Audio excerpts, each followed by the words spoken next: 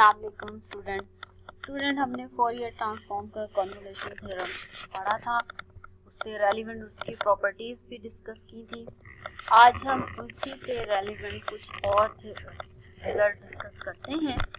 एक तो ये कि थोड़ा सा आप जैसे हम फोरियर ट्रांसफॉर्म में वेरिएबल के लेते हैं, after apply the Fourier transform हमने उसका पैरामीटर या वेरिएबल के कंसीडर किया, हम उसे एस भी ले सकते हैं। यहाँ जैसे ओमेगा कंसीडर हुआ है, ये इस बुक में, ये डॉक्टर नवाजिश शाह की बुक है, वहाँ से मैंने आप चैप्टर 9 से ये थोड़े से थ्योरम्स लिए हैं।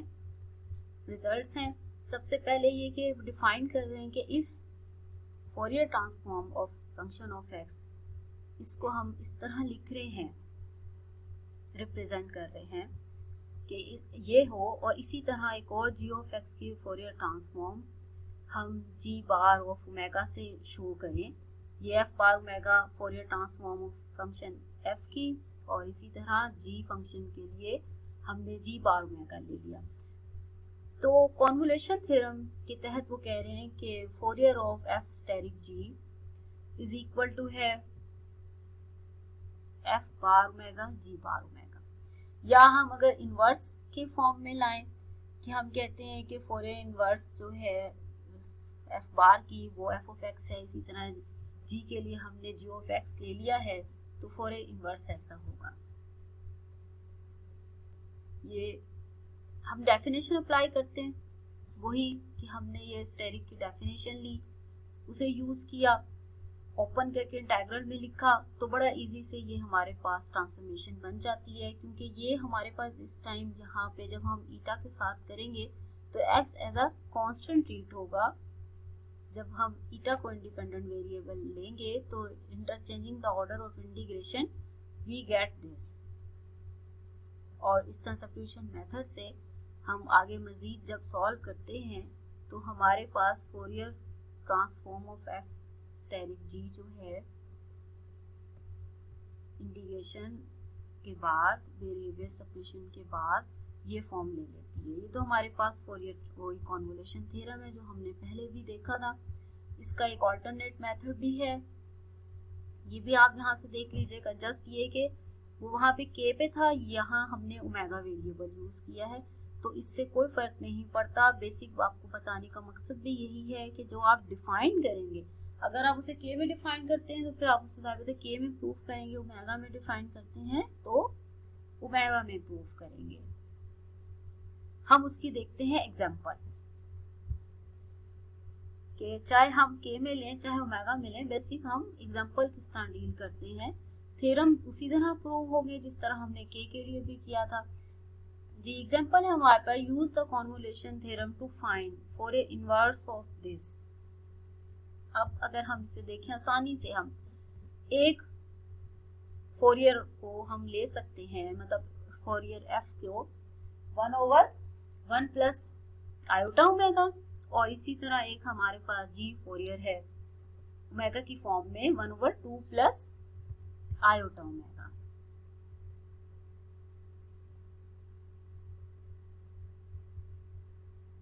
तो अगर हम अपने फंक्शंस की डेफिनेशन लगाएंगे तो यहाँ से बड़ा आसानी से हमें एफ ऑफ एक्स जो है वो यूनिट स्टेप फंक्शन की फॉर्म में मिल सकता है। एक्सपोनेंशियल माइनस है you not of x, exponential x होगा वैल्यू जब एक्स पॉजिटिव होगा और अदरवाइज वो जीरो। इसी तरह जी, तो कॉन्वोल्यूशन थ्योरम अप्लाई करने के बाद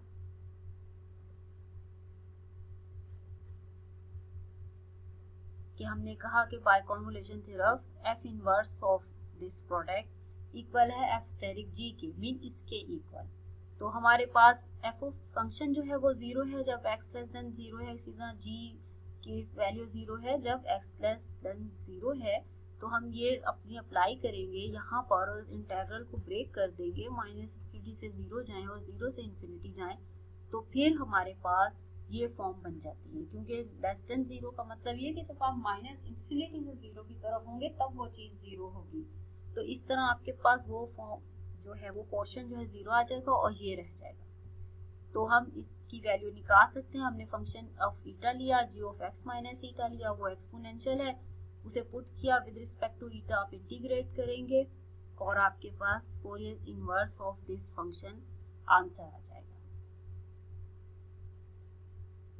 ये भी जाहिर बात है जब x पॉजिटिव था हमारे पास आंसर ये जब आया है, अगर हम इसको 0 ही ले लेंगे तो वो 0 हो जाएगा।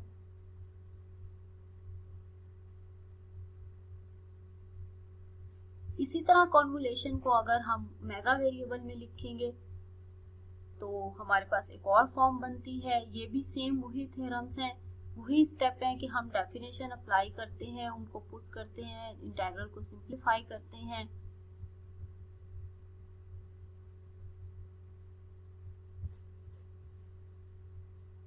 Interchanging the order of integration की हेल्प लेते हैं। इसमें हम वही सब्स्टिट्यूशन मेथड लगाते हैं, फिर यहाँ हम ईटा को फिक्स कर देते हैं और इसी तरह आपके पास ये जो है डी ओमेगा डी वी के आ जाता है, क्योंकि हमने नया वेरिएबल जो है वो वी लिया है। वी की वेरिएशन भी डिफाइन करेंगे और जो आपकी इक्वेशन 1 है फिर उसकी फॉर्म ये बन जाएगी। उसे जब हम इंटीग्रल को सिंप्लीफाई करते हैं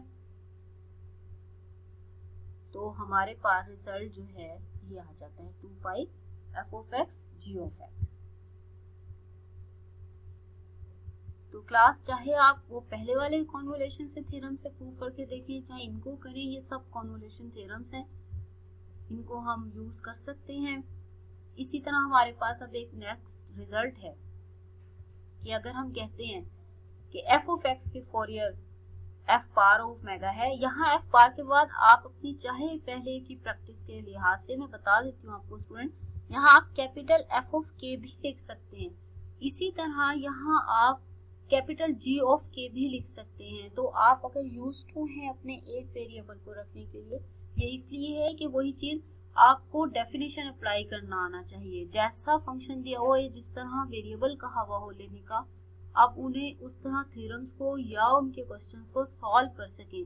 आपको बेसिकली ये पता होना चाहिए कि फोरियर ट्रांसफॉर्म का फॉर्मूला किस तरह अप्लाई होना है, कॉन्वोल्यूशन थ्योरम है या कोई और प्रॉपर्टी है, उसने उन पैरामीटर के साथ किस तरह काम करना है, ना कि आप एक फिक्स पैरामीटर की एक स्पेस याद कर लें कि जी ये फॉर्मूला है तो 1 प्लस के बनेगा या 1/1 प्लस के स्क्वायर बनेगा। नहीं, आपको ये पता होना चाहिए कि फोरियर का जो पैरामीटर है वो काम किस तरह करता है।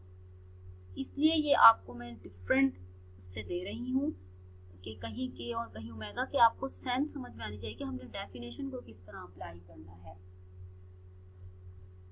जी क्लास, इसलिए आप अपनी प्रैक्टिस के लिए सिर्फ के इस बार को मैं आपको दोबारा दे कि आप कंफ्यूज हो जाएं कि कहीं आप बार लिखें। जस्ट आप अपना जब अपना लेक्चर तैयार कीजिएगा, प्रिपेयर करें, तो यहाँ फोरियर एफ ऑफ एक्स को डिफाइन कर दीजिएगा कैपिटल एफ ऑफ के और या कैपिटल एफ ऑफ ओमेगा। क्योंकि अगर हम लेट्स सपोज हम डिफाइन ही करें कि taking the Fourier transform with omega variable, तो जाहिर बात है फिर आपको क्वेश्चन अपना या जो भी प्रूव है वो ओमेगा वेरिएबल के साथ करना चाहिए। और वही अगर आप उस चीज को डेफिनेशन में फोकस नहीं करेंगे और अपनी की हुई चीज को जहन में रखेंगे तो जहां जहां के आप लगाते हो वहां के ही लगाते जाएंगे। जस्ट आपको ये जरूर पता होना चाहिए। ये जो एक बार वाला है कि हाँ इसको आप capital F of omega use करें, जो हमारी प्रैक्टिस होती है कि जब हम लेब्लास लें या फोरियर लें तो हम स्मॉल से कैपिटल में आ जाते हैं। जी क्लास, हम नेक्स्ट देखते हैं कि हमने एक रिजल्ट प्रूव करना है -∞ to ∞ F of X minus G of X D X equal to 1/2 pi this integral के। और सेकंड इसी तरह के अगर हम यहाँ पे दोनों ये पॉजिटिव ही लेते हैं तो यहाँ पे वो माइनस हो रहा है। जी कॉन्वोल्यूशन थ्योरम हमने ले लिया। कॉन्वोल्यूशन थ्योरम क्या कहता है कि एफ स्टेरिक जी जो है वो एफ इनवर्स ऑफ दो फोरियर के प्रोडक्ट के इक्वल है। हम डेफिनेशन लगा देते हैं, इधर हमने वो स्टेरिक की डेफिनेशन लगा दी, इधर हमने जो हमारे पास फॉर्मूला है फोरियर इनवर्स का, थोड़ा सा दबाइए, देख फोरियर यहाँ देखिएगा फोरियर इनवर्स है, हमने फोरियर इनवर्स के फॉर्मूले को ओपन करके लिख दिया इंटीग्रल की शक्ल में। अब अगर हम x को 0 ले लें तो यहाँ आपके पास ये माइनस थीटा हो जाएगा, ये आपका चेंज हो जाएगा यहाँ पर। तो क्या बन जाएगा आपके पास, जहाँ पे तो वह बताए कुछ भी नहीं आएगा, वो ऐसे डेफिनेशन चलेगी। ये माइनस थीटा है। अब ये डमी वेरिएबल्स है, डमी वेरिएबल्स को हम आराम से डमी वेरिएबल होते हैं एक्स में चेंज करें तो हमारा रिजल्ट प्रूव हो जाता है। ये बहुत इजी सा रिजल्ट है। और ये जो फैक्टर आ रहा है, इस फैक्टर को भी मैंने पहले भी प्रूफ में बताया था कि समटाइम हम अपनी आसानी या जो सिचुएशन के मुताबिक इसको इग्नोर भी कर सकते हैं और कंसीडर भी कर सकते हैं। जी, सेकंड हमने ये रिलेशन प्रूव करनी है कि दो फंक्शन के प्रोडक्ट का फोरियर इस चीज के इक्वल है। जी, तो हम डेफिनेशन अप्लाई करते हैं सेम प्रीवियस स्टेप की तरह कि फोरियर ऑफ दो प्रोडक्ट का फंक्शन हमने ले लिया इक्वल टू, यहाँ पे हमने वही अपना कॉन्वोल्यूशन का फॉर्मूला अप्लाई किया। तो जो हमने प्रूव करनी है, हम ओमेगा को 0 सेट कर लेते हैं। जब हम ओमेगा 0 सेट करेंगे, ये हमारे पास क्वांटिटी 1 बन जाएगी, ये आपके पास एज इट इज रहेगा, और यहाँ पर ओमेगा ये जो है ये चीज 0 होके यहाँ से खत्म हो जाएगा। डमी वेरिएबल, वही डमी वेरिएबल को हम चेंज करेंगे और अपना रिक्वायर्ड रिजल्ट ले लेंगे। इसी तरह हमने ये एक नेक्स्ट जो है थ्योरम प्रूव करना है, और ये मैंने आपको एज अ एक्सरसाइज प्रूव करने को दिया है। तो क्लास आपने इस थ्योरम को जिस तरह प्रीवियस थ्योरम्स हम प्रूव कर रहे हैं, कोई चीज कंसीडर डेफिनेशन अप्लाई, सबसे पहले हमने डेफिनेशन अप्लाई करनी है। आपने इस रिजल्ट को भी प्रूव करके देखना है। यहाँ पे ये जो स्टेरिक है, ये इसका कॉन्जुगेट शो कर रहा है, कॉम्प्लेक्स कॉन्जुगेट, उसको चीज को यूज कीजिएगा।